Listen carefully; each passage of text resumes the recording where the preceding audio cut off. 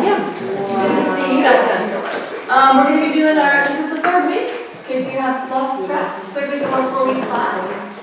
We are going to be talking today, at the end of today's talk, weather permitting, we're going to go on a little walking tour around town. It'll be about half a mile.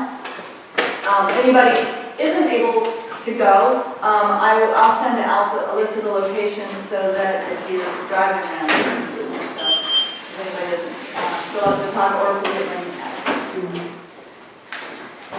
So I just want to take a second to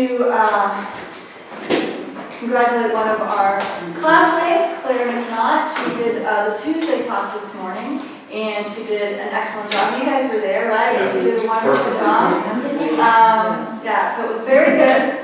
And just as a reminder, we do every second Tuesday, we have a talk right here in this building at 10:30. And it can be as formal or as informal as you like. We are always looking for people who would like to speak. Basically, it's anything related to Southport history or the surrounding area, and whatever. It can be something that you just feel comfortable talking about off the top of your head, or you can make a PowerPoint slide. And if you want to do a talk but you're not sure what topic you might like to talk about, talk to me, talk to Bob Surge. I'm sure we can help you come up with a topic. And if you know you want to do a talk, just talk to Bob Surge. He schedules the talks. And if you don't, if you're not ready yet to do a talk, we certainly welcome you to come once a month and hear them. The next slide, I was going to mention, I don't see Lo Davis here. She's sick. She's sick. Well, she's probably worn out. I was just going to mention that Lo Davis was not here last week because it was election day and she was running for public office and she won. So, congratulations, Lo. And I said, yeah, sorry that it, made you sick. So, let's see. So do you know what the topic of next month's Tuesday talk is? Historical markers. It is historical markers. In Brunswick County Historical Markers. Pat Kirkman, who's the current vice president of the society and a really good, entertaining speaker, will be doing that presentation. She is. She's calling it history on a stick. Volume controls shown. Swipe up to dismiss. Oh, it's talking again. This is why I'm muting her, because she keeps talking, but I just have something I want to play for you guys. Next Sunday there's going to be a fundraiser at Mount Carmel AME Church. I'm going to play. There we go. It's a 60-second video just to put you in the.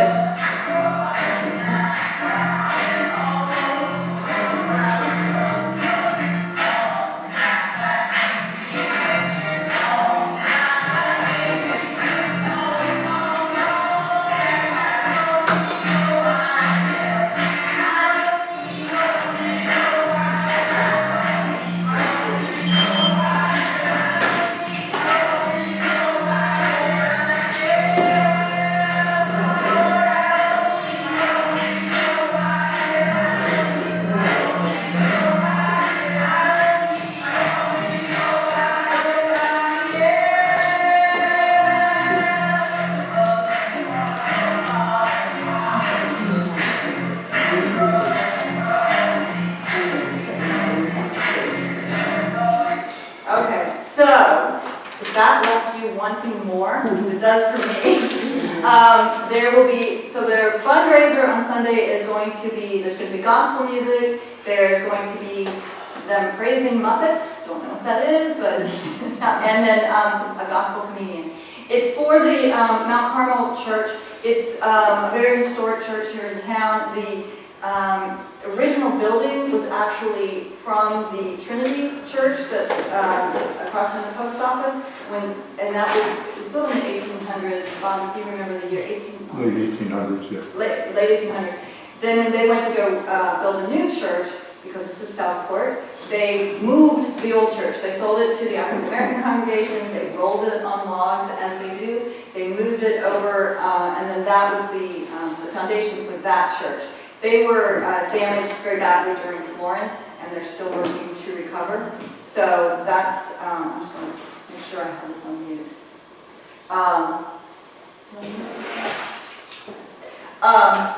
That is that. And if you want tickets, Whitfield.Griffin, or you can call a Gmail, or you can call the church.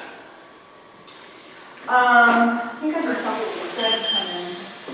Did I? There you go. You're on this committee, right? The Southport Forestry Committee? Yes. I saw your name on the website.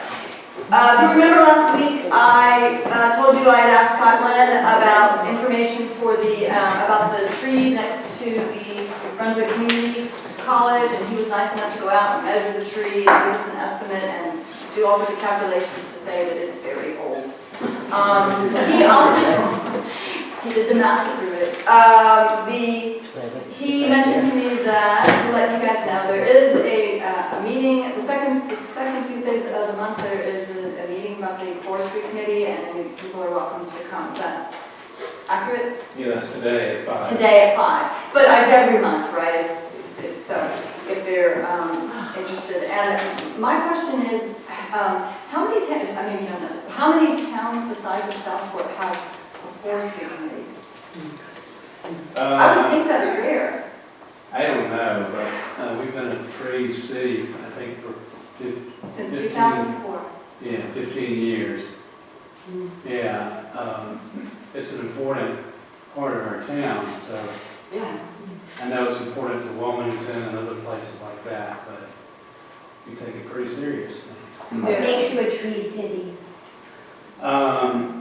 So if we maintain a certain amount of coverage of tree canopy, we've got, if we were to cut down all the trees, we would, or if we were to take away, I think right now we're at like 66% canopy cover, Wow. which exceeds their requirements. And then there's education and so forth that the forestry committee is required to do to stay up with it.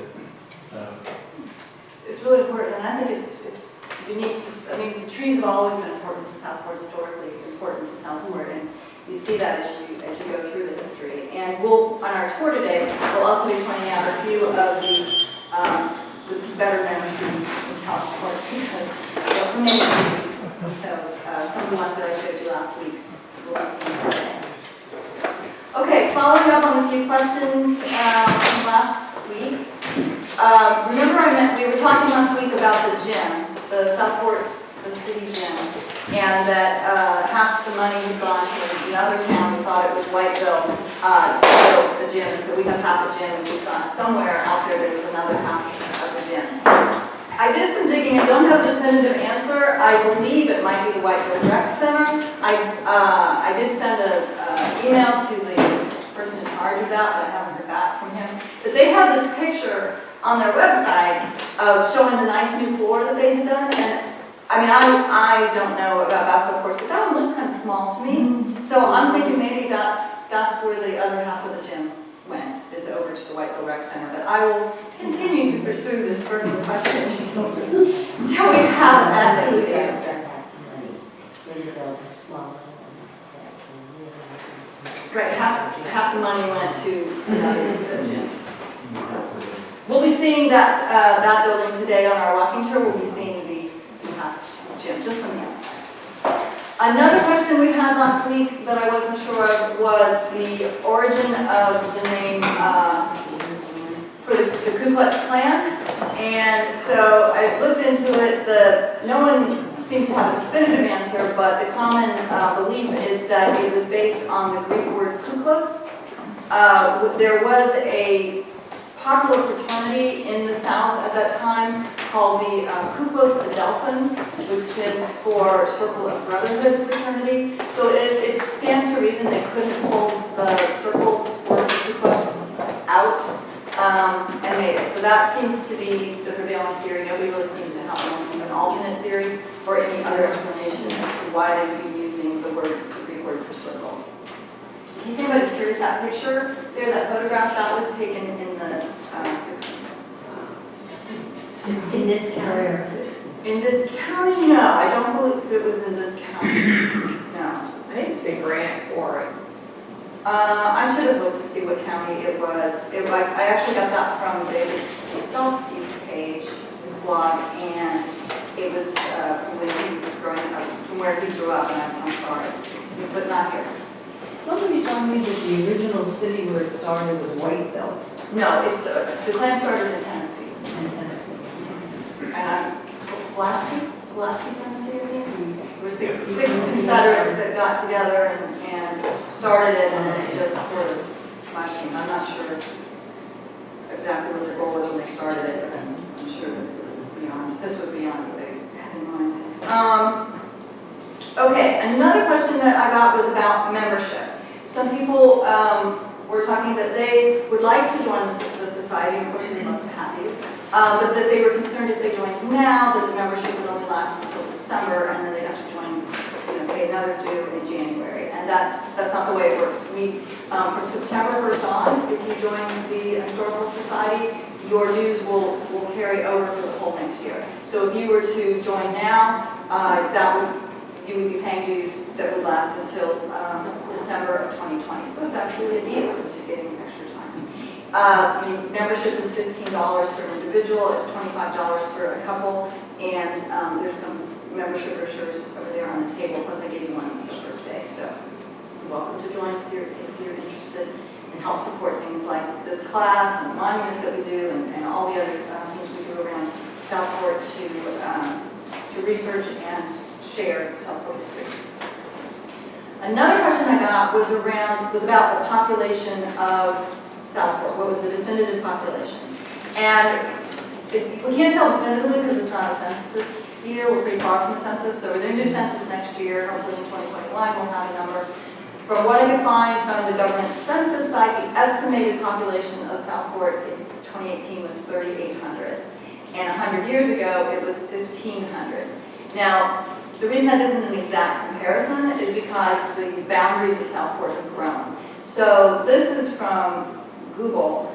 This is where Google thinks the boundary of Southport is. You've got a larger area in the city proper, then you've got an area around Walmart, which seems pretty lucrative from a tax basis.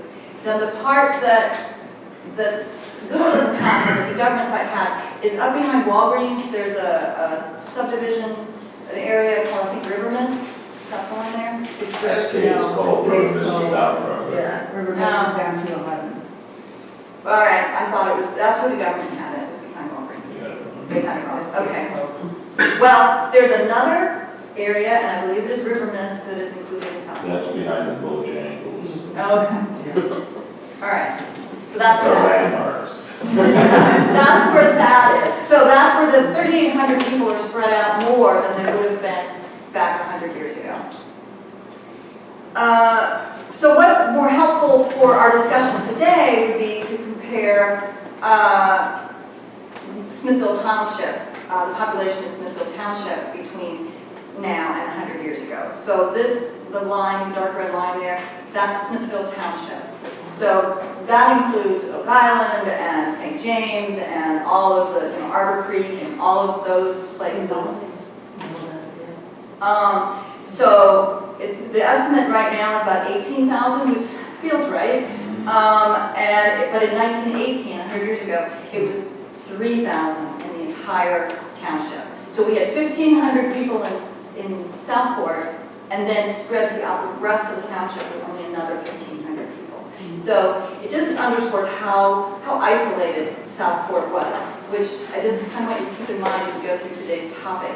I think it'll help, just kind of help imagine what was going on for the people there. So our topic for today is World War on the Shores of Southport. And I'm really pleased to be doing this topic today after Veterans Day. Yesterday marked the 101st anniversary of the end of World War I. And I'm sure you agree it's important to remember the people that sacrificed for us. And I think that today's topic we're going to be talking about some lesser known aspects of the wars and about and of life in Southport 100 years ago. So, as we said, we'll be talking about 100 years ago. The World War I actually started in 1914 in Europe, the European War. But we didn't become involved until 1917. And I think it's easy for us to forget how controversial our involvement was. It was the very first time in our country's history that we sent U.S. troops overseas to defend foreign soil. It was a huge deal, and it took several years to get to that point, and a lot of opposing views for that to happen. So a little bit about Southport 100 years ago. And we already know some things from our previous classes. So we know that Southport was a dry town, but that there were probably still some stills in the woods if you went and looked for them. We know that the Brunswick County Training School had not yet been built, but that the graded school in Franklin Park was about 10 years old. We know that Southport was the county seat. We had the county jail that we saw last week, and the courthouse. So now some things maybe we don't know. But even though women didn't yet have the right to vote in the U.S., they were bringing their influence into Southport. So in 1909, they had started a civic club. And they got to work right away, because that's what women do, get down to business. They got the businesses in town to stop throwing their trash into the streets. That's a big thing. They got barrels. Then after they got them to throw it into barrels, they took it a step at a time. After they got them to throw it into barrels, they got them to move the barrels behind the businesses so the barrels weren't sitting right out in front. Those were big things.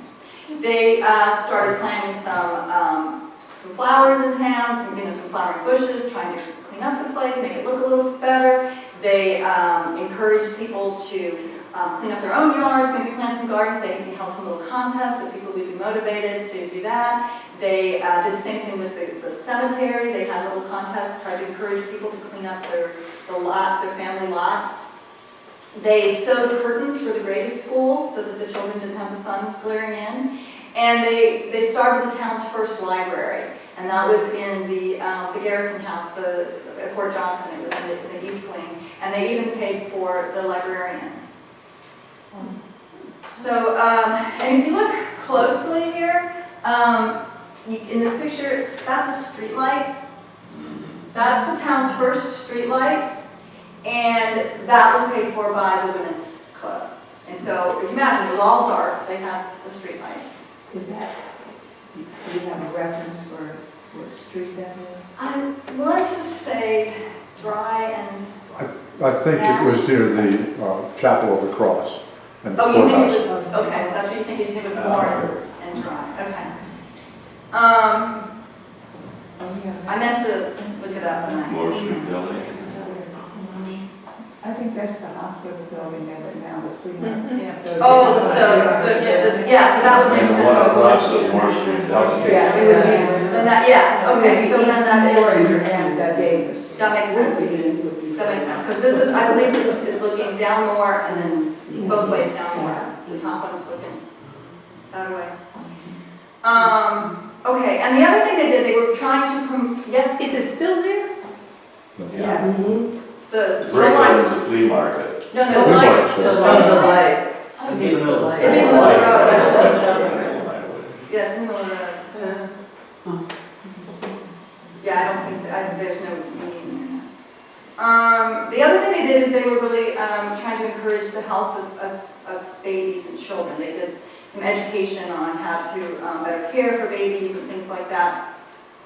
And so, as part of that, they had hosted an annual baby parade. And so they put their babies in buggies and parade them around, and everybody got to see what a nice job they were doing raising their children.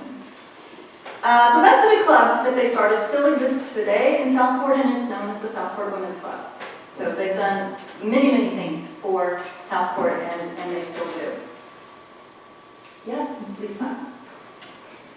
It's my understanding that they hand painted the first street signs, the names on the signs. I read that in. Yeah, they tried to hire it out. They decided they needed street signs, and then they ended up stenciling them themselves. Yeah, there were some Thanks. early street signs. Okay. This was, Liz, when was that? I'm thinking, the- I've always heard the story that they got the first street signs when they began home delivery. That, which that's was in why I the was 60s. hesitating, I know. They were the streets, they were making some street signs, because they talked about it in their minutes. They were making some street signs early on, like in the Early on. first decade of existence. I don't know what happened to those. I know that people did not, I know Judy was here, I know people did not use the signs to tell where they lived. Nobody said, I live on Caswell Street, or I live on such and such a street. They had these words. They would say, I live in the alley, I live out west, I'm trying to remember the ones she's told me. But there's like different areas. People would, that's how they didn't have numbers, and they didn't use the streets. Right, so the numbers and the The later numbers came street much signs later. came in the 60s when they had started home delivery. Yeah, and those were the street signs that were like little white pillars, or like little posts. Concrete. Yeah, that's what they had, that's what they put in the 60s. But the Women's Club did some kind of street signs early on. But I don't know how many, and I'm not sure whether anybody paid any attention to it. So this is the Miller Hotel and Cafe. It was a very popular establishment at the time, and it was on the corner of Hallam Bay Street. It's not there anymore, but it was very well run. This is the Stewart Inn. It's out on the waterfront. Now, if you were at the jail last week, you'll remember Nancy mentioned that the land that the jail was on was purchased from Kate Stewart. So Kate Stewart owned this inn. She sold the land to the city for $400 for the jail.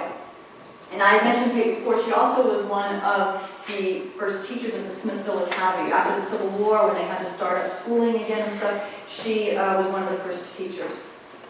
Liz, what house are you talking about? Which one? On the right. This one is the Stewart Inn. Yes, sir. To take it back a minute. Oh, you want to go back? We just had it donated to us today. It is the Historic Southport, North Carolina City Directory of 1963, which I'm convinced in my mind was produced because of the home delivery of mail, so that now you have a number and a street for your house. And if Judy were here, Judy worked at the post office, and she said that's when she first learned really what the streets were and started doing that, and because people didn't use them. And when she would go back and talk to people, you know, that she knew, friends and family and stuff, if she referred to something by the street name, they're like, I don't know where that is. And so she'd have to say, you know, and they had names for the little neighborhoods, and then up, you know, and landmarks, and you go by this, kind of what we were saying behind Bojangles or whatever. That's how they would tell us stuff. It was a learning curve to come up with using the actual addresses and numbers on the streets. It's sort of novelty, like, oh, okay. Oh, I asked her how she got mail, and so people got mail. They didn't have delivery of mail, so they either had post office boxes, or the mail went to general delivery, and you just went in and asked for it. Little side thing there. The Stewart Inn. This is a view from the Kate Stewart, the inn, looking out. And as we said, it was the county seat. So the county court met here, I think once a month. So whenever court was in session, the judges and the lawyers preferred to stay at the Stewart Inn. She was a gracious hostess. She was known for the food that she served, a lot of dishes she created herself. That she was known for being a very good conversationalist. She was very well educated. She read a lot. She was very interested in politics and business, and so she was a wonderful hostess and really just a landmark in Southport. Icon. Landmark probably not a good word for a woman. But anyway, I could do a whole class on history. Another prominent person in town was Dr. Dosher. Now, at the time that we're talking about, 100 years ago, there was no hospital in all of Brunswick County. Use your mind around that. But we were fortunate enough to have a very well-respected local man. He grew up here. Family lived here for generations. He went away to college in Maryland, became a doctor, came back, and to be a doctor in his hometown. And he was very highly regarded, and he was very skilled, and he would perform surgery, sometimes complicated surgery, on his kitchen table or on other people's kitchen tables. And including brain surgery at one point, and the patient lived. Lived a full life. He also would hold an annual tonsil clinic at the quarantine station where the children would all, you know, that was the thing to do back then. The children would all get their tonsils out, and then he had like teenage girls that would volunteer for, or maybe he paid them. But anyway, they would serve ice cream to the children when they recovered. So most people live there, earn their living on the water. This is the waterfront along where the park is now. It was a working waterfront. It was not all a park setting like it is now. It was very much a working industrial area. Menhaden, or pogie fishing as they call it, was a very big business. Now that fish, they would catch a lot of it. It was no good for eating. But it was excellent fertilizer. So there were several fish factories in town, and what they would do is grind up the fish and package it up as meal, fertilizer that would be sent. Sometimes they would use it to feed as hog food. They'd feed the hogs, but they found out if you pass it through the hog first and then use that, that was also good fertilizer. So that was going on around. There were some people who complained about the smell. Apparently, menhaden smell very, very bad, and then you grind them up, and then if the wind is blowing towards Southport. Menhaden was actually caught for its oil ability because it was using cosmetics and stuff. Okay, that was another big usage deal. of it. That's what it is. That song you're talking about, and the smell of the menhaden was money in Southport. Exactly, I was going to say. People would say, they complain, they say, hush your mouth, that's the smell of money. Yeah. So they squeeze the oil out and use it for one thing, and then Yeah, use the yeah, leftovers yeah, some for kind of fertilizer. boiler or something. Yeah, I don't know all the Yeah. details of how It they did smell pretty bad. processed it, yeah. So, at that time, until the 60s, African American men were not allowed to be boat captains.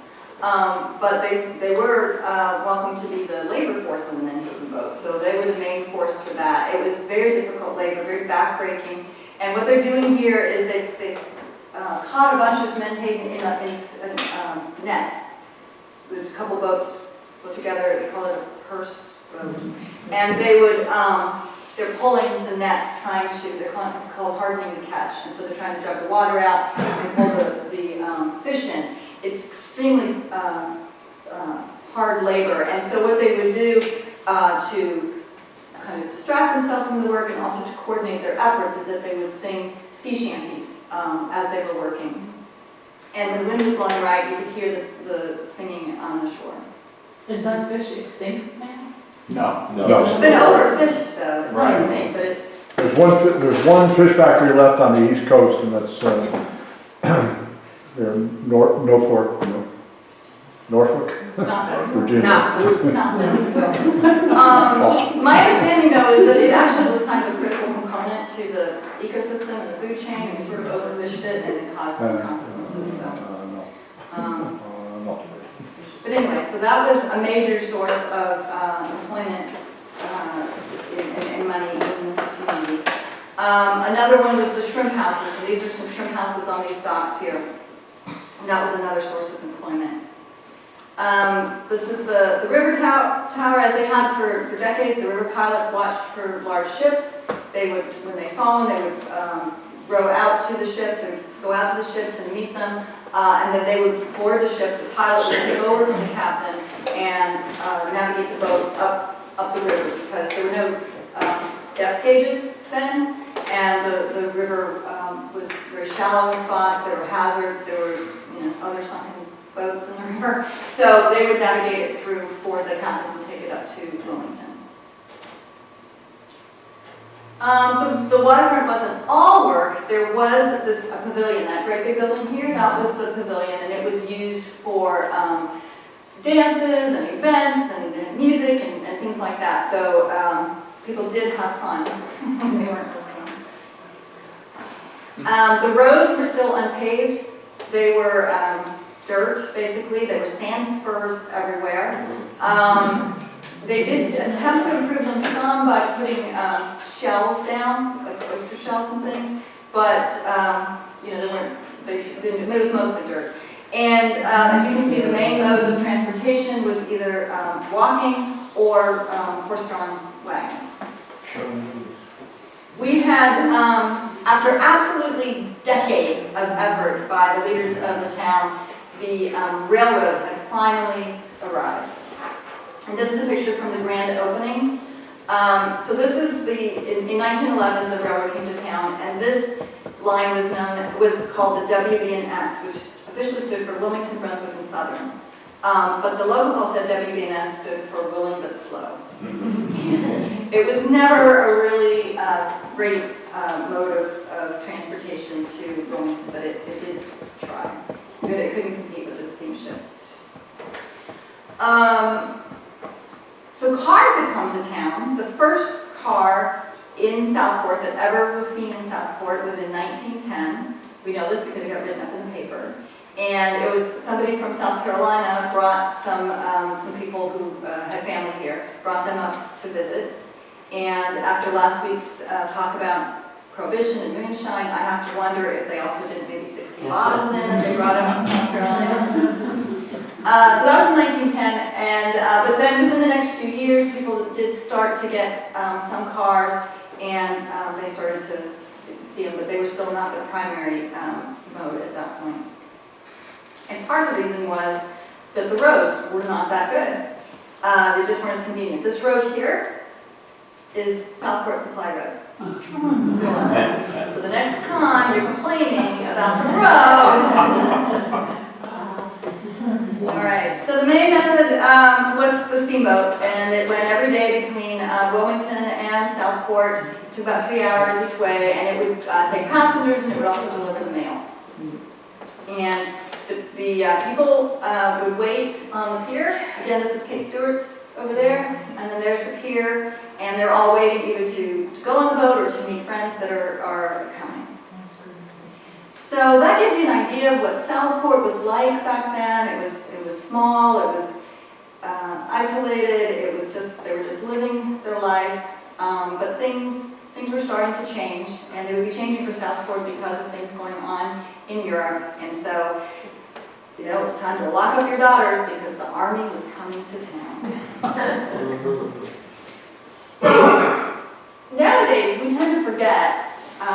We get accustomed to sending troops overseas. You know, there's not much of space between when we decide, oh, we need to send troops overseas, and then we can send troops overseas.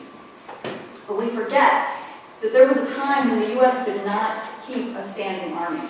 In fact, there was great opposition to keeping a standing army. So when the war started coming in mid-1915, it's hard to say the teens there. We didn't have that much army. So this graph shows how many soldiers, how many troops these different countries had. So you can see in Russia they had nearly 6 million troops. In Germany they had nearly 5 million. In France they had nearly 4 million. In Austria almost 2 million. In Italy a little over 1 million. England had 600,000. Serbia had around 200,000. Belgium had around 200,000. And Montenegro had 50,000. So if you were going to add a little U.S. soldier, a little doughboy, on this chart, where would you think he would be? How many troops do you think we had? Any ideas? We had some. Between Serbia and England? Between Serbia and England, okay. So pretty much where everybody would guess, between Serbia and England? Yeah.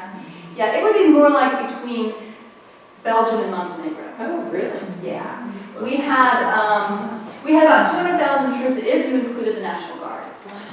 So it was, we really had very, very little. Yeah. And if you think about it, building up troops, that's a huge logistical challenge. I mean, we had to get everybody registered, we had to create a draft, we had to create criteria for who was in, who was out, who passed the draft, who didn't, what they were going to do with them. We had to figure out where to train them. We had to get uniforms for them and weapons for them and figure out how to feed them and then how we were going to get them overseas. And what is phenomenal is we went in a little over a year and a half, 2 years, that was about all the time we were involved in the war, from from 200,000 troops to over 4 million. And 2 million of those went overseas and fought. So one of the places that they trained the troops was here at Fort Caswell. So since the end of the Spanish-American War in 1898, Fort Caswell only had a small skeleton crew, maybe 50 troops there. But at the start of World War I, there were only 2 training camps in North Carolina. There was Camp Green near Charlotte, and then there was Fort Caswell. So that's all they had. So the first men that got sent there was the National Guard. We did have the National Guard. There were about, I think, 90,000. Don't quote me on that. But anyway, they sent the National Guard to the troops, and then they started sending in ones that they had drafted. So this is a picture of the fort. You can see it's kind of like a little city. There's, there's barracks, and there's officers' quarters, and there's some other buildings to support that, like, I don't know, bakery and places where they did stuff. Sorry, I don't know if you did. That's what they had, all the support there. And this is the barracks for the enlisted men.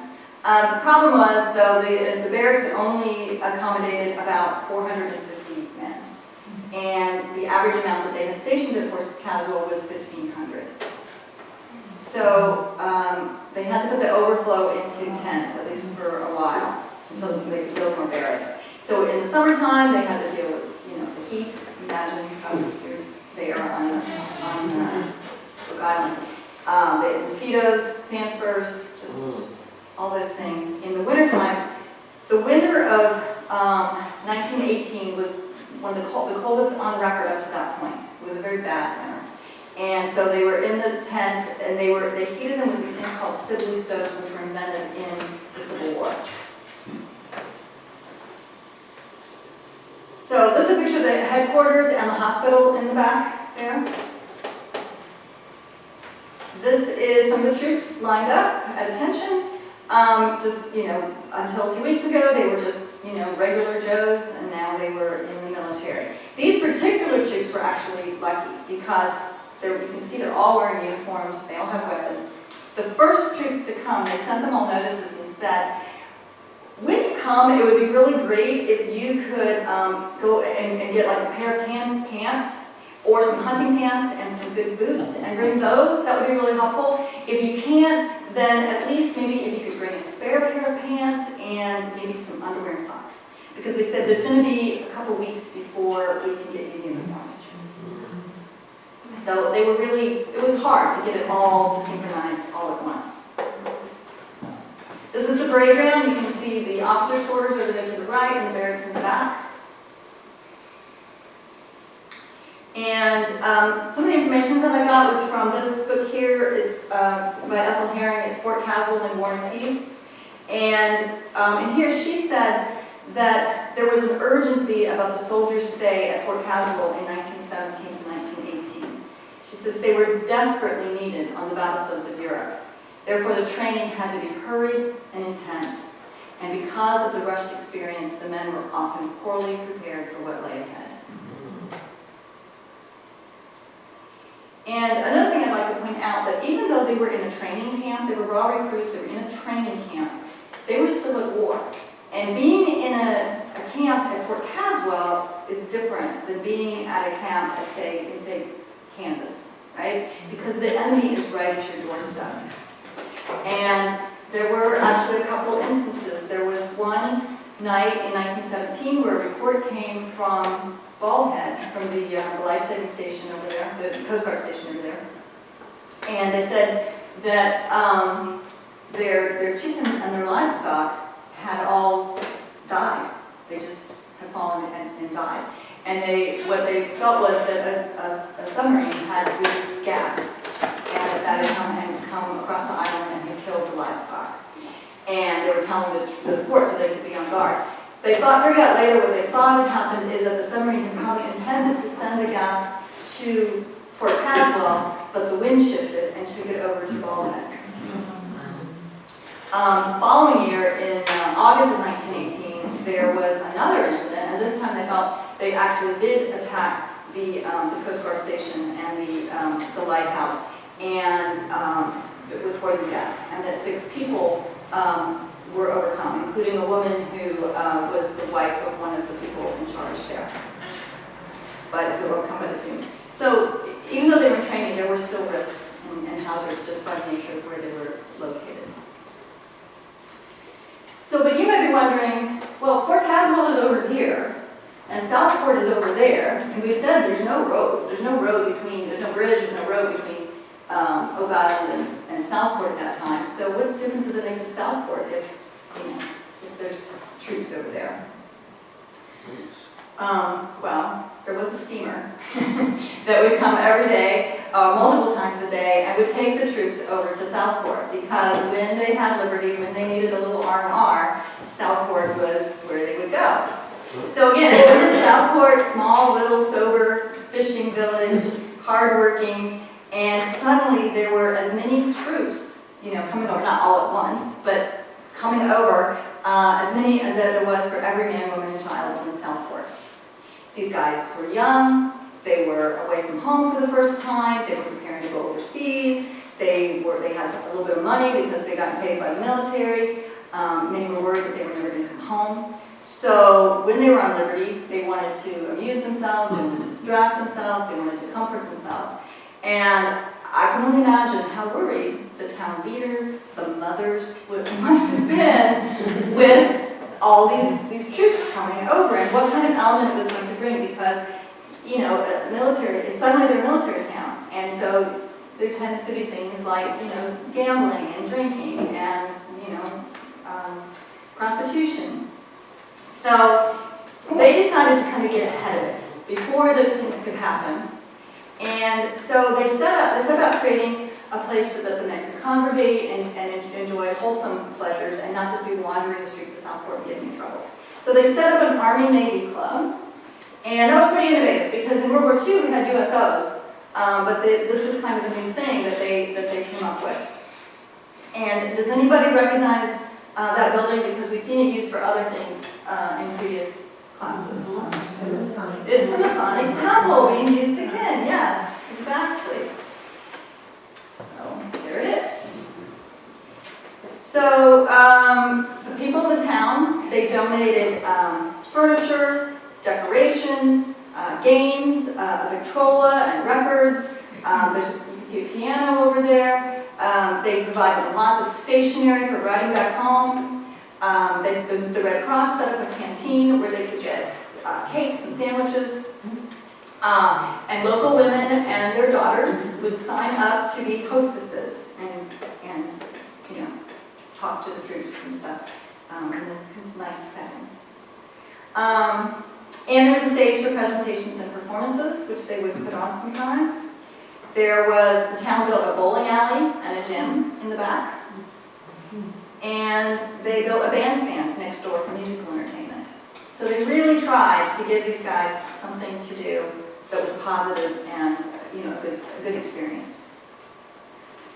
So the way this Fort Caswell was set up as a training camp. So the men would come in for a few months and then they would be shipped overseas, and then more men would come in. So it was sort of a turnover. They weren't just living there.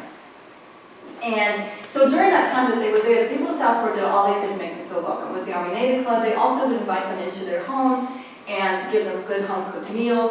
And these were young guys, they were college-aged or less, and so they would also sometimes give them advice and encouragement and sort of take on a little pseudo-parental role for them as they moved through town. Before they shipped out, they made it a point to get their picture taken on the steps of the Army-Navy Club. It became a tradition that before you left, you got your picture taken there with your buddies, and it was supposed to bring you good luck. So I got curious about some of the letters that they wrote home, and so I started looking around to see if I could find any letters from anybody at Fort Caswell. And I did find a young man that was stationed there that was writing letters home, and he was stationed there for a longer period of time. And he says in some of his letters, gosh darn, I wish I could go to Europe with all my buddies, but instead I'm stuck here because my commander wants me to stay. I don't know if he really wanted to go or if that was just, bravado, but he did say it. And the reason that this man was keeping him there was because he had some skills that he wanted, because he was a photographer. And so he would take pictures of all the incoming troops, he would take pictures of what was going on, and so he was valuable right where he was. So he wrote some letters, he wrote to his girl, they weren't getting along all that well. He didn't feel that she was doing enough for the war effort. But he did think that if she was willing to move down to Southport and maybe share a house with somebody else's girlfriend, and they could both stay there and he could see her on a regular basis, that they could probably work things out, but I don't think she ever did that. He would write to his father and his brother and sister too, but the ones I was most interested in was the letters he wrote to his mother. And it was very sweet because obviously she was worried about him. He would write to her about drinking. He said that it was a dry town, there wasn't anything for people to drink, that some of the men, some of his buddies would drink lemon extract, but that he had tried it and he was not going to be drinking any more lemon extract. She obviously also was worried about torpedoes, so he told her not to worry about that they had these big guns and that there was no way, submarines and torpedoes, that there was no way that any submarine was going to send a torpedo toward them, that they had it. He didn't mention it, but they also had landmines, and that they could put out into the water. They were sort of tethered mines that they could send out, and then they could detonate them from the fort, so that they could, friendly ships could pass through, and then they could also detonate them if there were any enemy ships. And the other thing that he wrote her about was movies. Because movies were a pretty recent invention, and he liked them. And he used to see movies in Southport. And so he would tell her the plots of movies and things he'd seen. And in Southport, we got new movies every couple of days. And because everybody's seen them another time, a couple of days. The movies cost 5 cents or 10 cents, depending on when you saw them. And you could also purchase parched peanuts for snacks. So, does everybody know where the movie theater in town was? Everybody seen it? Everybody seen it? The Amuse-You Theater. Amuse-You. So the original building was built in 1912. The current building, they started building it in 1916. I was looking today on the plaque on the building, it says 1918. I was giving them a little more credit. They started building it in 1916. It took a while to get it done, and that's because we had a big fire in town, the business district. There were some buildings that had burned. So there's a lot of construction going on for those buildings. There was the construction for this. So they started in 1916, but it didn't actually get finished until 1918. So that's why that says that. It was popular, so they expanded it, especially with the military in town. It had benches for seats. It could hold 300 people. There was room for 250 people downstairs, and then there was the gallery upstairs for the African Americans. They could hold 50. One of the first showings at the new theater was a benefit for war sufferers in Europe, and they said that a tidy sum was raised. And then, remember, those movies were not talkies yet. They were still silent movies. And so there was a gentleman named Ron Hood who used to play the piano during the show. And he could really set the moods for the scenes. Lisa, I'm sorry, I am really hot. Is anybody else hot? Oh, yeah. Could you? I know we turned it off because it's too cold, but I'm... All right, we have half and half. People have requested both things of me, so I'm Okay, just saying. should we turn the fans on or should we turn the air? What would... Whatever Fans you on? come. Do you want Well, both I mean- fans or one fan? Fan on. Okay, you tell me. We All right. can turn off, but I... Still here. Yeah. It was cold earlier. Okay, so that's Amuse-You. There's one more thing about the Yeah. What's that? Oh, the Furcless family, yes. So it's been owned by the same family since it started. So it's been owned for over 100 years.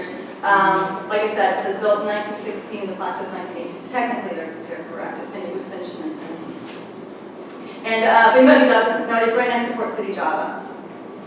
And it still is open occasionally for special events and showings and things like that. All right, so my next question is really important. Pay close attention. Does anybody remember Randolph Scott?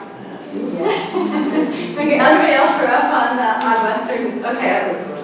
Yeah, so Randolph Scott was actually a pretty big movie star.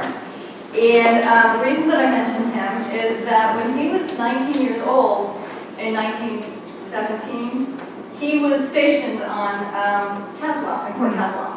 He joined the National Guard, so he was actually there for a whole year before he switched over and went to a different, to the regular military and went over to France for a year. So there's the National Guard troop. This is, he's not 19 here, but it was the youngest picture that I could find of him. Also, he rode horses over in Caswell, so it kind of fit. And I'm just pointing it out because I picture he was here for a year. He was walking around Southport. This is serious eye candy. Serious eye candy.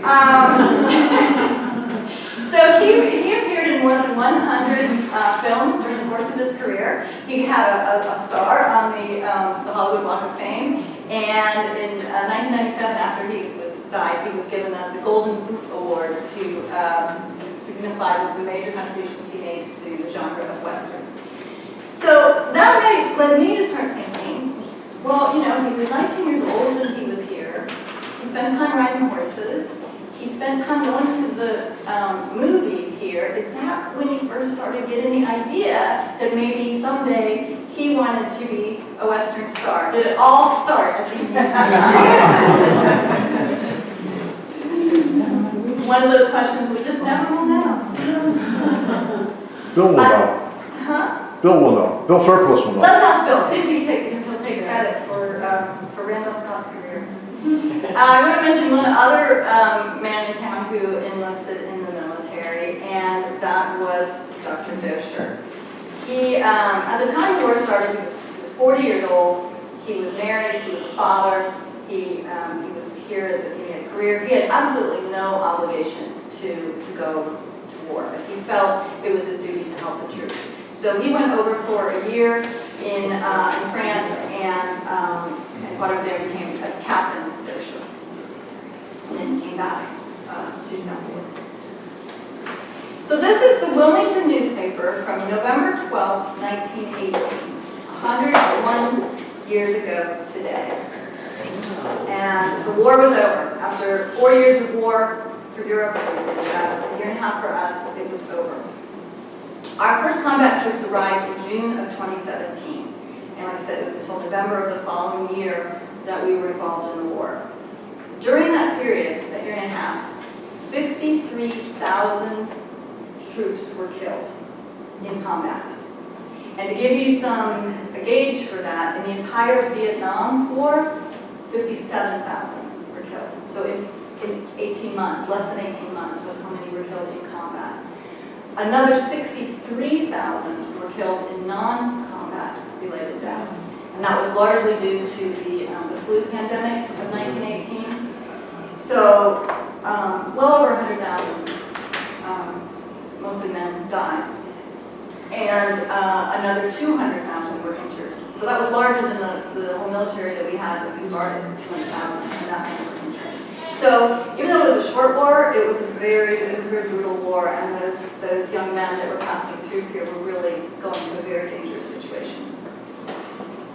Southport did an excellent job of managing their overnight change to a military town, but they did have support from an organization called the War Camp Community Service.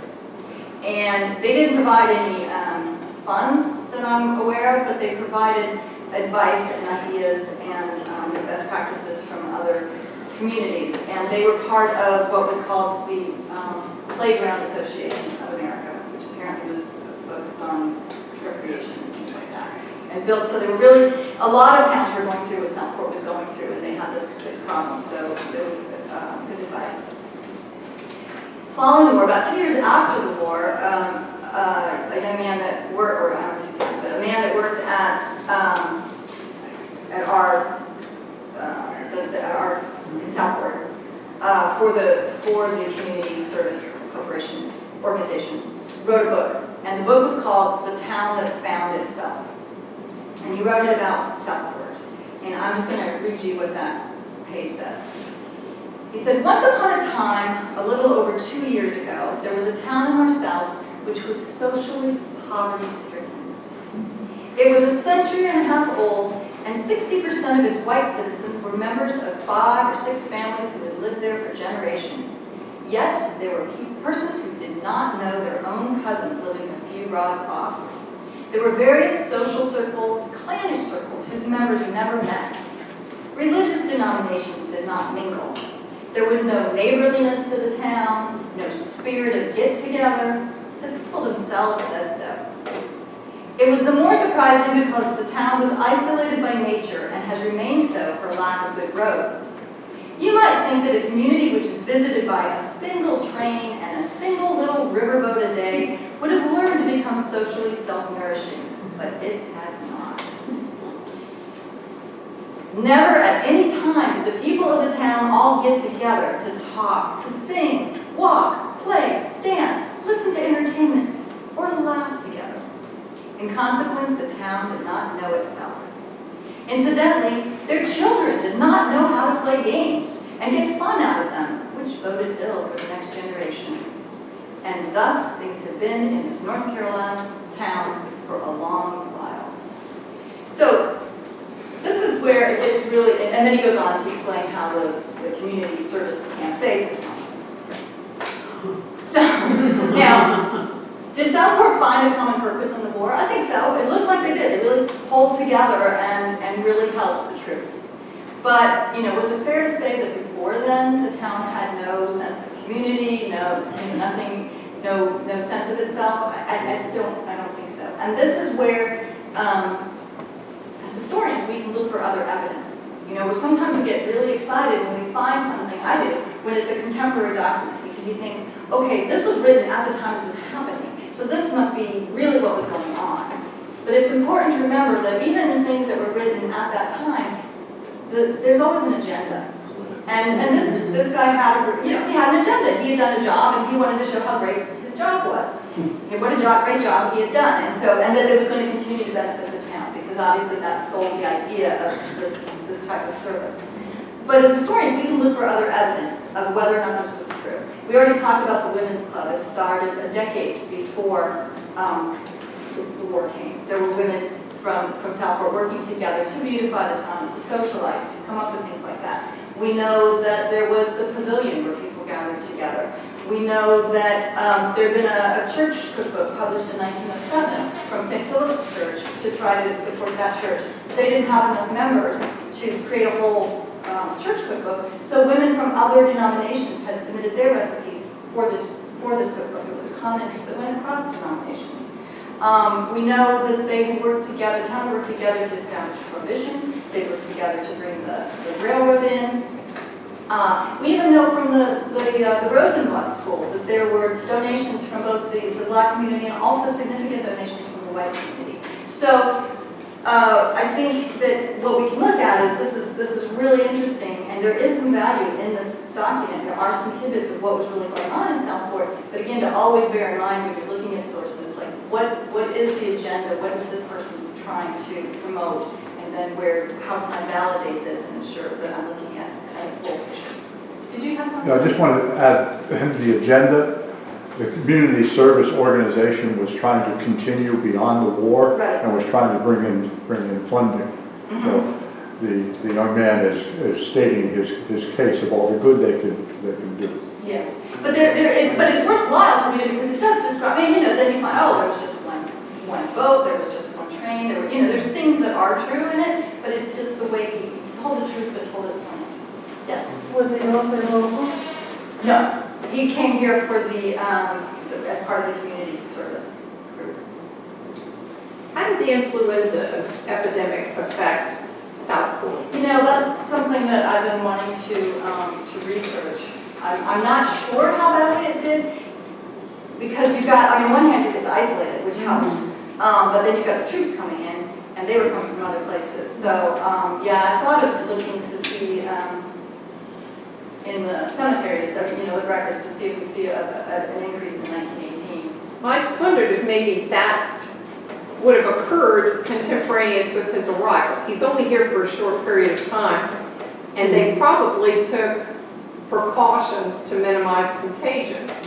Yeah, I'm not sure, too, they knew too much how things were past. But yeah, I mean, when the troops would first come in, I know they would isolate them. When the troops came in, they were isolated from the rest of the troops, which might have helped.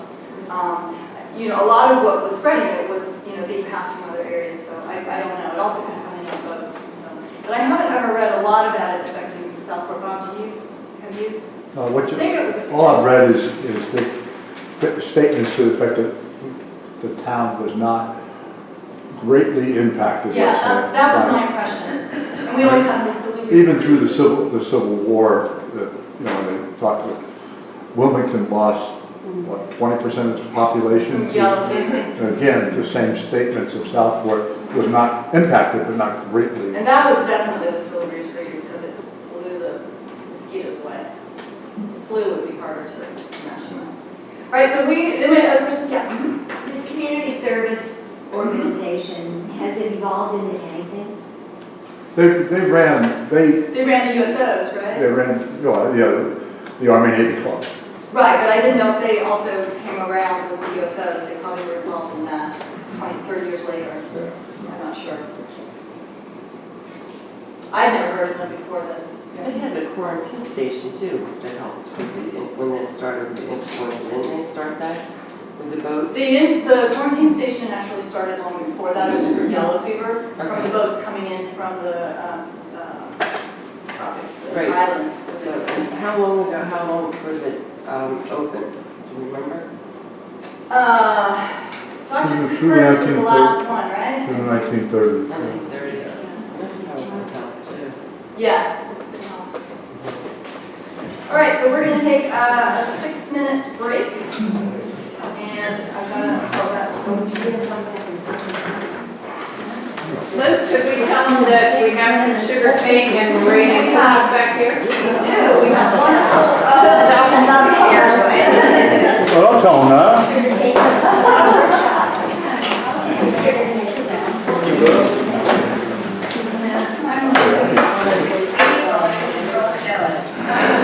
These are great. They are. This is ginger spice. Are your cords reach You'll to see the it's plug really behind you? thinly rolled. I think so. People can do that.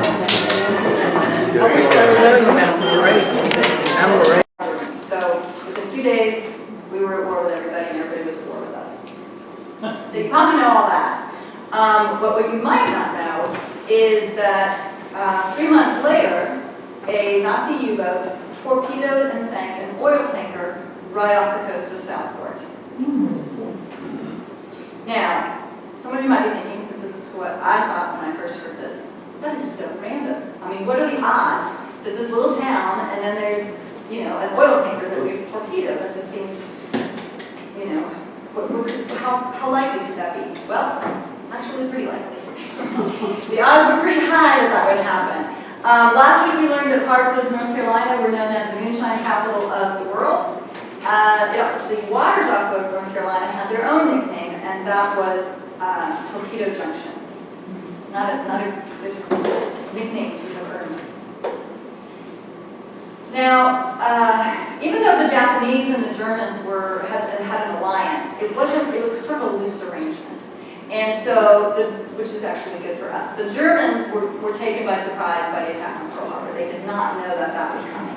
If they had, they might have coordinated an attack and attacked us on the East Coast at the same time that they were attacking us in the Pacific, and we really would have been in trouble.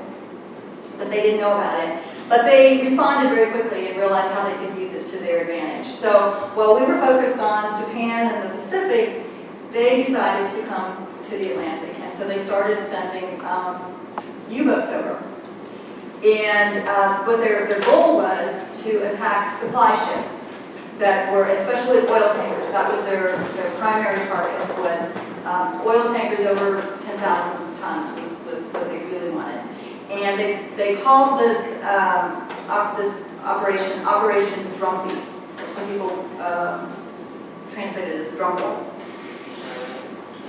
So it would take the subs 2 weeks to make the journey across, and then they would have enough ammunition and supplies to spend about 2 weeks attacking boats, and then they still have enough fuel left to make their journey home, which would take them about 2 weeks. So that was kind of how they did it. So the goal was to disrupt our shipping lanes.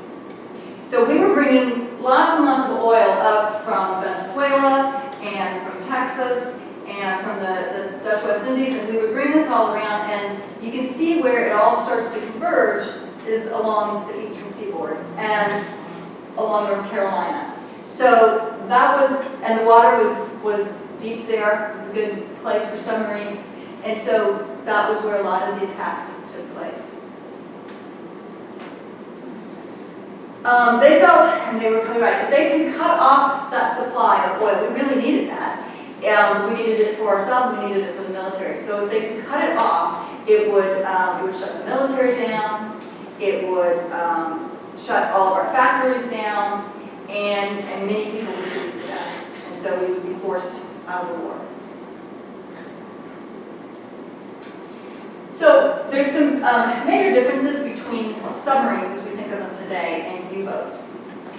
U-boats were actually meant to travel on the surface. They didn't travel in the water the way you think of like nuclear subs today. They ran on the surface because that's when they could use their diesel engines. They could go faster, and they operated better that way. Underwater, they were operating on battery power, so it couldn't last very long. The main reason that they would submerge would be to hide from boats and planes and to avoid bad weather. But they could only travel about 60 miles underwater. They were pretty slow, and they would also run out of oxygen. They could only stay submerged for about an hour before they ran out of oxygen. So it really wasn't their primary mode. What they would do is, and to attack, they preferred to be on the surface. So, because they could be seen when they were on the surface, they preferred to attack at night. So that's when most of the attacks happened.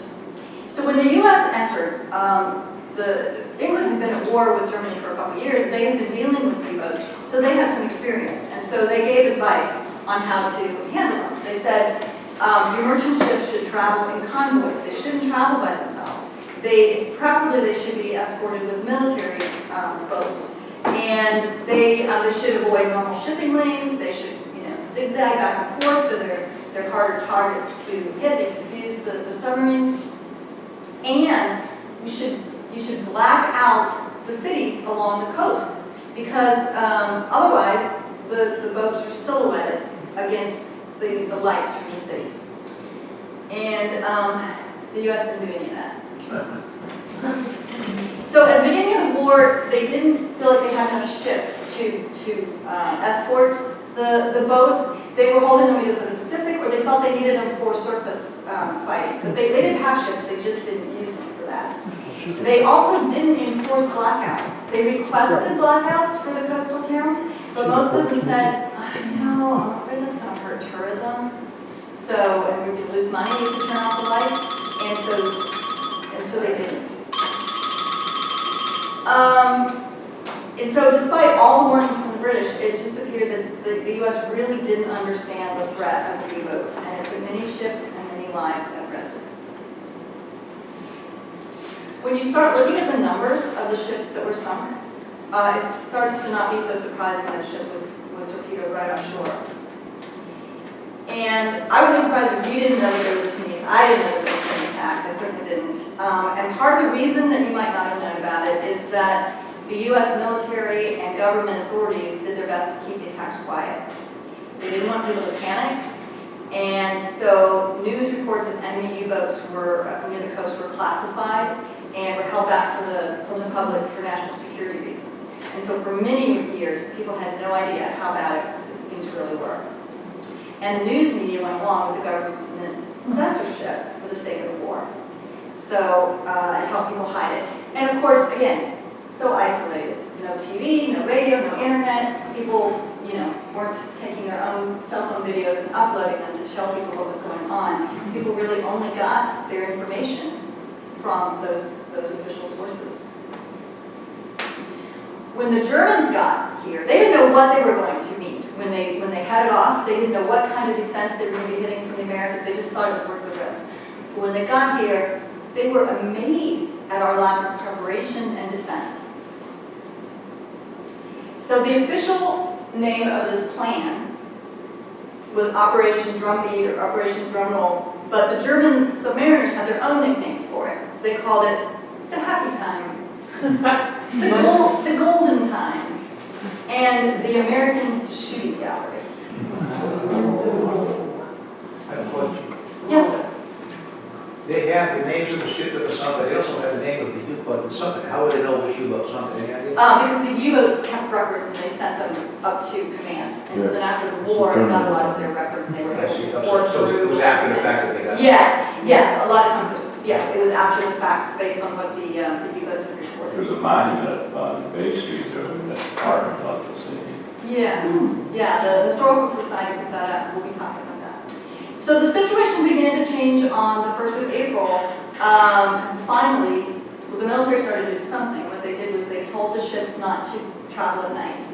So they said, if you're going to travel, go from safe harbor to safe harbor during the day, get away before nighttime. So that was something that helped a little bit. And then in the middle of May, they started doing some convoys. So they did it from Hampton Roads down to Key West, and then they started from Boston up north, and they would meet up with the British convoy up there. So they started doing some convoys, which also helped. But in the first 6 months of 1942, U-boat attacks destroyed 22% of the tanker fleet and sank 233 ships in the Atlantic Ocean and Gulf of Mexico. Just enough, just first period. They killed 5,000 seamen and passengers in the Atlantic. And that's more than twice the number that perished at Pearl Harbor. You never hear about it. And in the waters off of North Carolina, just off of North Carolina, they sunk more than 80 cargo ships and 1,600 lives were lost. So finally they started doing full convoys, and that produced a reduction because it was harder to attack the ships. The submarines were going to get attacked in retaliation if they did. And so some of the U-boats started to get some. The Germans really had very few U-boats. They couldn't afford to lose a whole bunch of them. But I think, I can't remember the exact number, but it was like 20. And they really, only a few boats did all of this damage. So by July, they stopped the whole heavy attack. They still occasionally you would have a boat sunk, but not to the level that it was during that period, during the American Shooting Gallery. So there have been experts that have described the German U-boats as among the most effective and seaworthy warships ever designed. I don't know, but that's what they said. They've also said that the campaign's impact on the supply chain in the U.S. constituted a greater strategic setback for the Allied war effort than did the defeat at Pearl Harbor. And that in terms of U.S. raw resources and material, it was the costliest defeat of World War II. So that gives you the background of what was going on. And now we'll talk about the John D. Gill, which was the ship that was torpedoed off of Southport. You said the U-boats ran on diesel? Yes. Did the Germans send over their own supply ships for the diesel? The submarines carried enough fuel to go out and come back. They were on a very tight schedule. They were very crammed. When you see pictures of when they first started, they had all the fuel, and then they had the food, they had ammunition, they had everything. They were just kind of squeezed in and among around everything. They had to keep everything with them and then back. So this is the John D. Gill. It was out only on its second voyage when it was hit. A couple days before, or the day before, on March 11, it pulled into Charleston. There was a Coast Guard ordered stop because some planes had spotted what they thought was a submarine shadowing. So they said, you better pull in. So the next afternoon, they were given all clear. It's like, all right, you can continue on your way. They were on their way to Philadelphia to a refining company there. The crew was worried.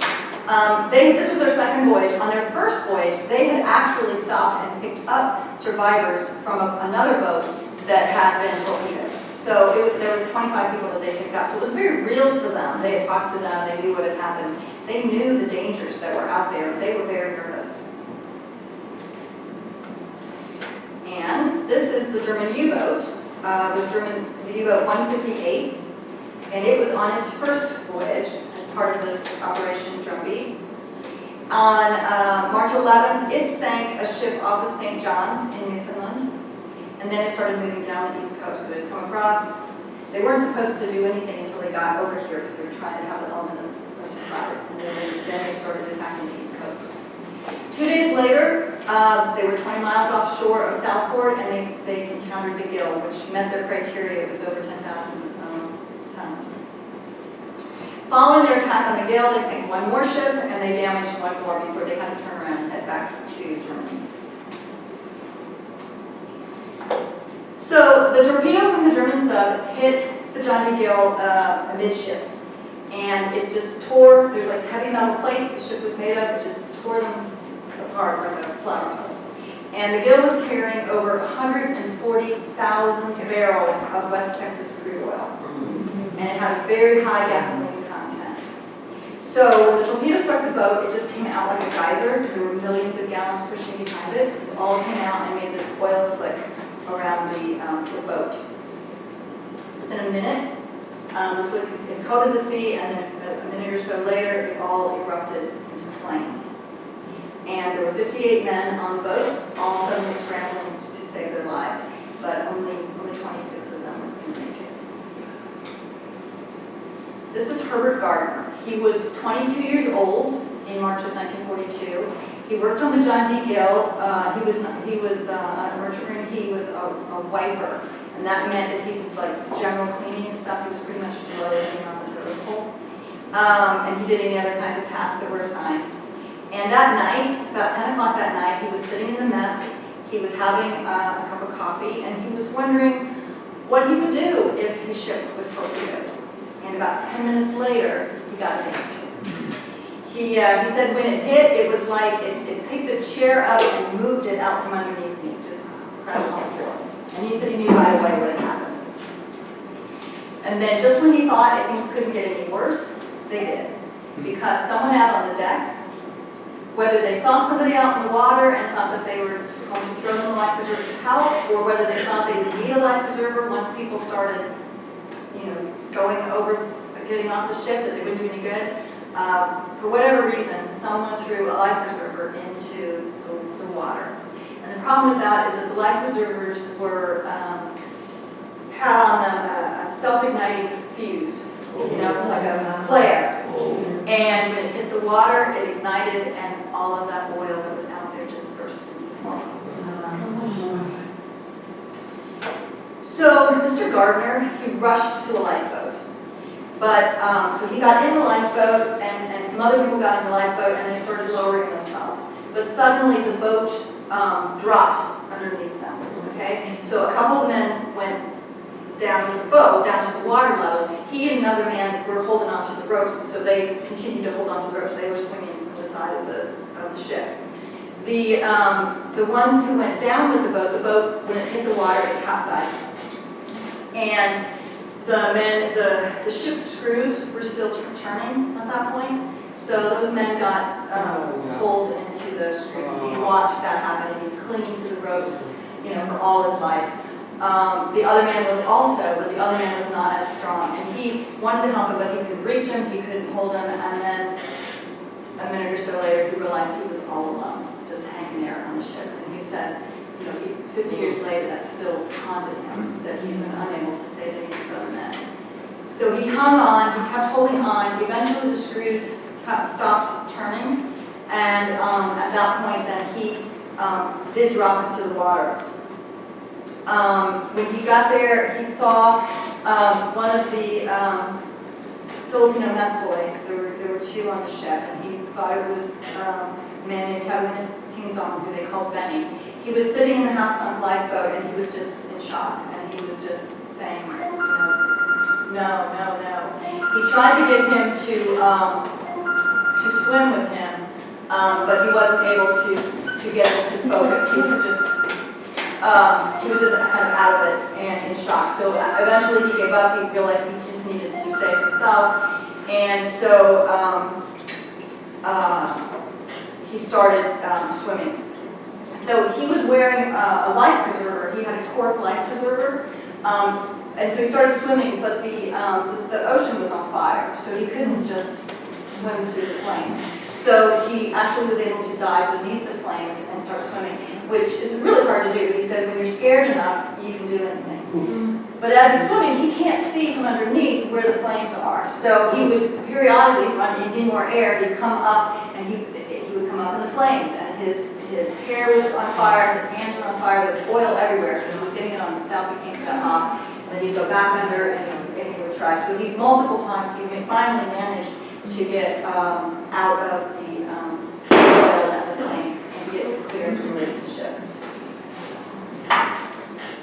So it's important to remember, Mr. Gardner, he was not in the military. This was a merchant ship. These were civilians that were just working, doing their job. They were just moving oil. They were not in the military.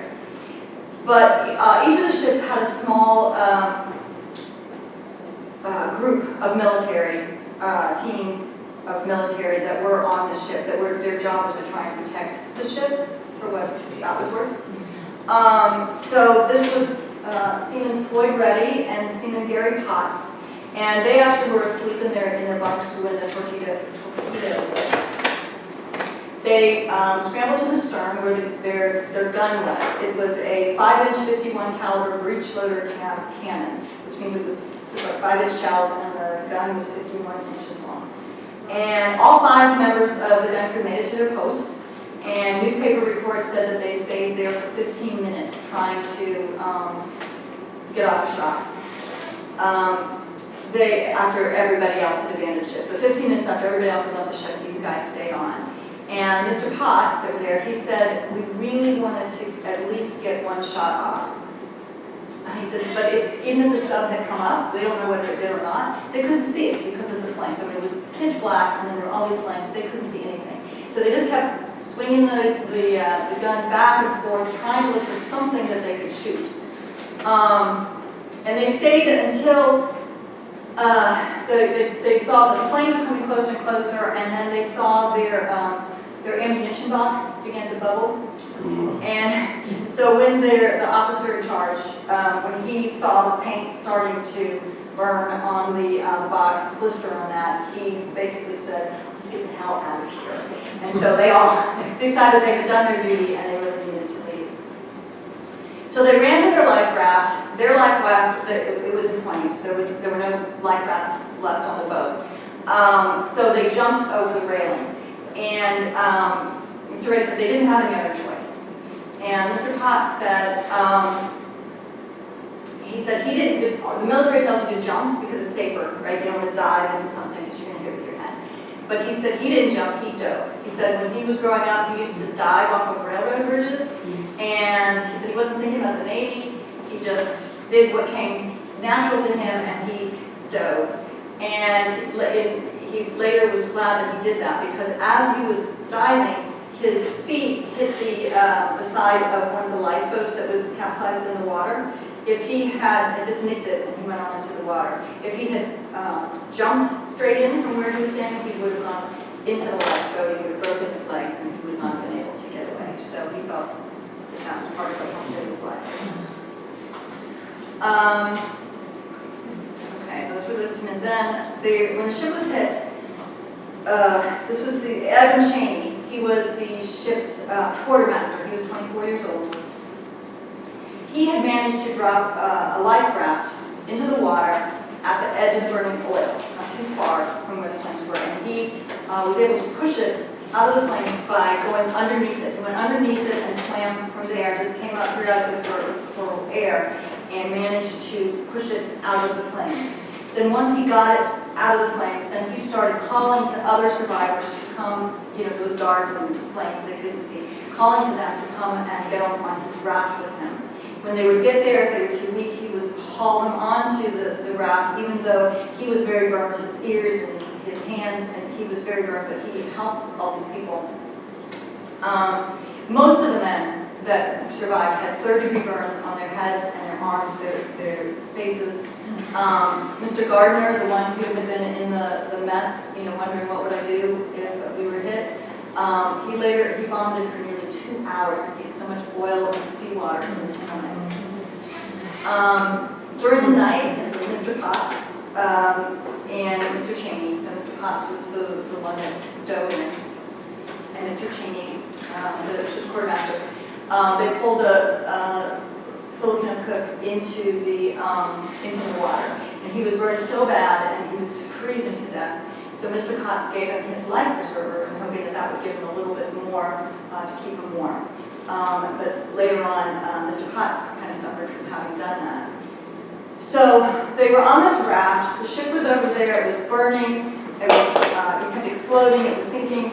But what they noticed was that the heat and the ship sinking was pulling the raft backwards towards the ship, and that if they didn't do something, they were going to end up going down with the ship. Their raft was going to catch on fire, and they were going to sink. So they realized that they needed to row out of there. There were oars with the life craft, but they realized that there were no oar locks, so they couldn't make any momentum. So what they ended up doing was they turned themselves into human oar locks, and so they put themselves across the raft and clung to the boards, and then they put the oars under their stomachs, and they gave enough resistance that they could row, paddle against that resistance. So they managed to get themselves far enough away so that they didn't go down. But like Mr. Cheney, when he actually took off his life preserver, took off his shirt, his stomach was just completely black from being so bruised. And Mr. Potts, who had given his life preserver away, actually suffered internal damage because of the oars, the motion of the oars on his stomach. So for the rest of the night, the men just clung to the raft, kept moving it as far, trying to keep it away, and they watched their ship die. And it just kept burning and burning, and then it would explode and blow up until it finally just blew itself to pieces. On shore, in Southport, people could watch what was happening. So they stood on shore, and they could see the fire and the smoke, and just watched helplessly from shore. So all the men I talked about, Cheney, Gardner, Reddy, Potts, and then 7 other men that were on that raft with them, were all picked up at 7 o'clock the next morning by the Coast Guard, and they were taken to Southport. They had spent 9 hours in the water. 2 hours after they were picked up, the John D. Gilbert sank. The men, there had been a lifeboat, so there was that raft, and then there was also a lifeboat that had managed to escape, and there were men in that lifeboat as well. They were picked up by a sister ship of the John D. Gill, so it belonged to the same company as the John D. Gill, just like they picked up some survivors. That ship picked them up and took them with that ship down to Charleston. And unfortunately, 7 months later, that ship was actually torpedoed and sunk by a U-boat. So the 11 injured men and 16 casualties were brought ashore in Southport, and they laid them out actually on the ground at the waterfront near Max Cafe. Southport didn't have an ambulance, and it only had one hearse. So call went out for anybody that had a Woody station wagon, one of these, to come and help transport the wounded and the dead. Survivors were brought to Brunswick County Hospital, and there was a woman named Josephine Hickman. She was a volunteer Red Cross nurse at the hospital when the survivors were brought in. And the Red Cross nurses had just finished their training. It was the first training, I think, that had been done in North Carolina, and they had just finished it. She said, "We didn't think even half of them hardly could live. They were so burned, almost to a crisp and covered with oil. Some of them were burned so bad that the bandages were all over their heads. Only their mouths were open.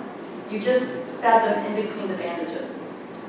The hospital staff worked 20 hours straight to stay tending to the men.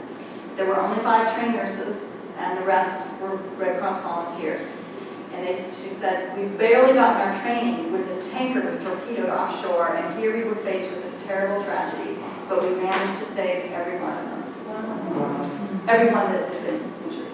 So none of the fishermen went out to try to save these men? They waited till the Coast Guard came? Yeah, I think they didn't know. I mean, there was a submarine out there. It was dark at night. And, yeah, the Coast Guard. The Coast Guard. I mean, the Coast Guard went as soon as they could. So. The fishermen went out.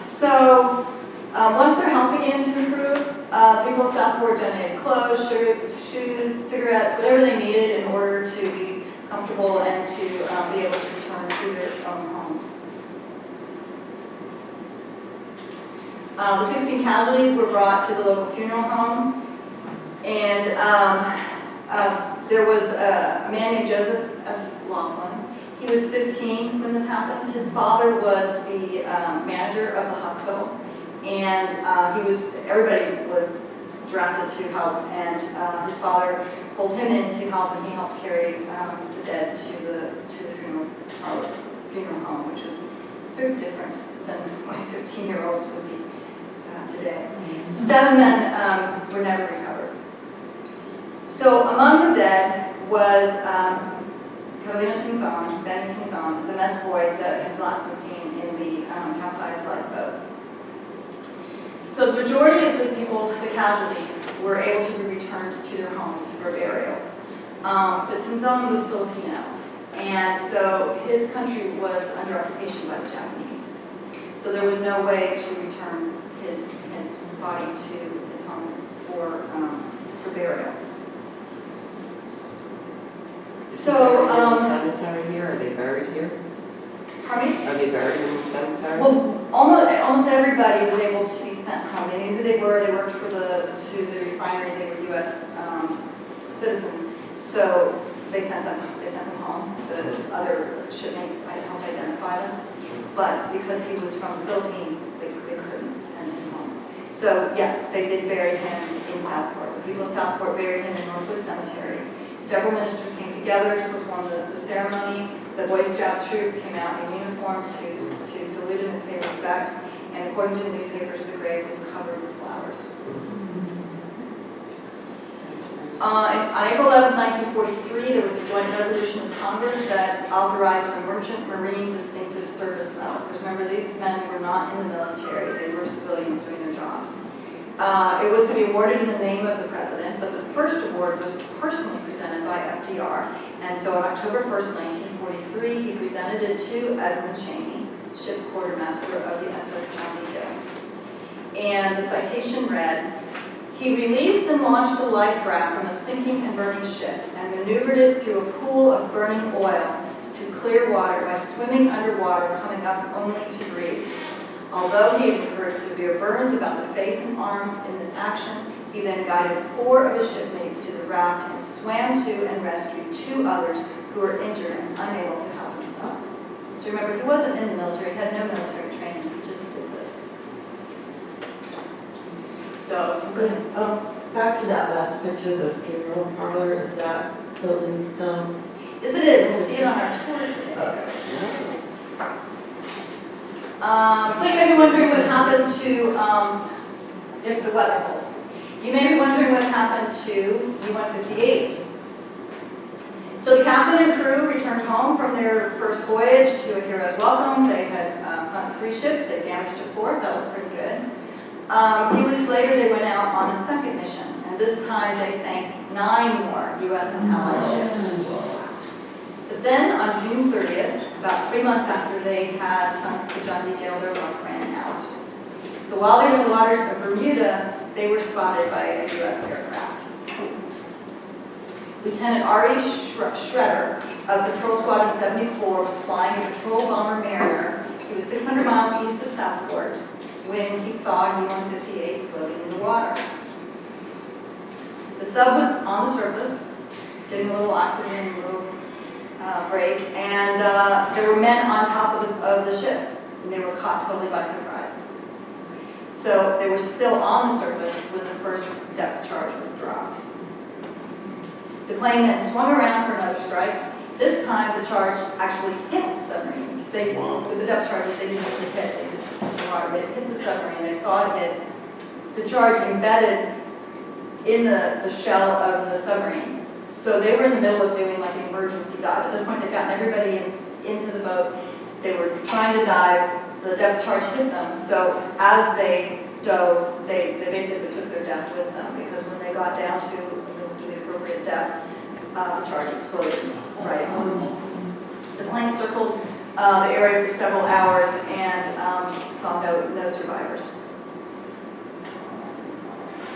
I was able to find the actual report that Lieutenant Shredder sent to the government, letting them know about this attack. And he included drawings in the report. So these are his drawings of when we first saw the ship, and then when we came across it, and then when we dropped the first bomb, and he's even like, this was this heavyset man, I think he was the captain. So he sent in those drawings. Apparently that was not standard, because they sent back a note saying that the drawing was really good. It really helped a lot for us to understand what was going on. So it was just something that he did, but I was amazed that I could find those out there. As you were saying, there is a monument to John D. Gill, to Captain Nixon and all of the men on the John D. Gill. And it was erected by the Southport Historical Society in March 1994, which is 52 years after the sinking of the John D. Gill. It's a gray granite stone. It sits on the lawn of the garrison. It overlooks the horizon where the tanker burned and sank, and where the people of Southport anxiously watched and waited to help. This was a picture from the ceremony when they established commemorated the marker, and there were members of the Coast Guard and Merchant Marine that were there, veterans there, and also some of the survivors of the SS John D. Gill came. So this was put together by the Southport Historical Society.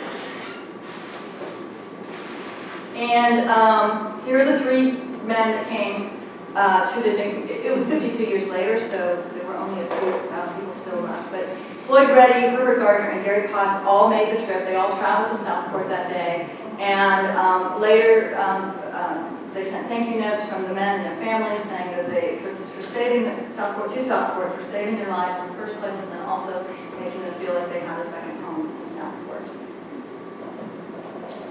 So that's it. Does anybody have any questions about the John D. Gill? We will next week, not this week, but next week we will be walking over and seeing the monument as part of our little field trip next week. That's interesting. So, researching nearby history, we have all the things that we had talked about before, including contemporary documents. So we have the booklet that was written by the service camp, the war camp service people, and we also have the actual reports from the attack on the U-boat from the men who actually did the attack, their actual recovery report. So those are the type of things for contemporary documents. And then as far as exploring, the things we've added are old photos are always helpful, and then cemeteries and memorials are another thing to explore to find out more. I will be sending you an email with more information, and then once we, clean the room up, put the chairs back, then we'll be going on a tour, unless it's cold and raining out there. We're going to go on a walking tour. So about half, I'm trying to figure out where's half and half. Lost with people. I don't know. Right down. On the right. No, we'll be on the left.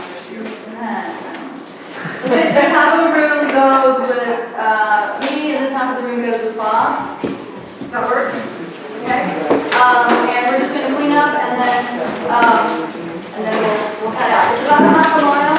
If you're not up to it, I will send it out. If it's a list of locations in my lead.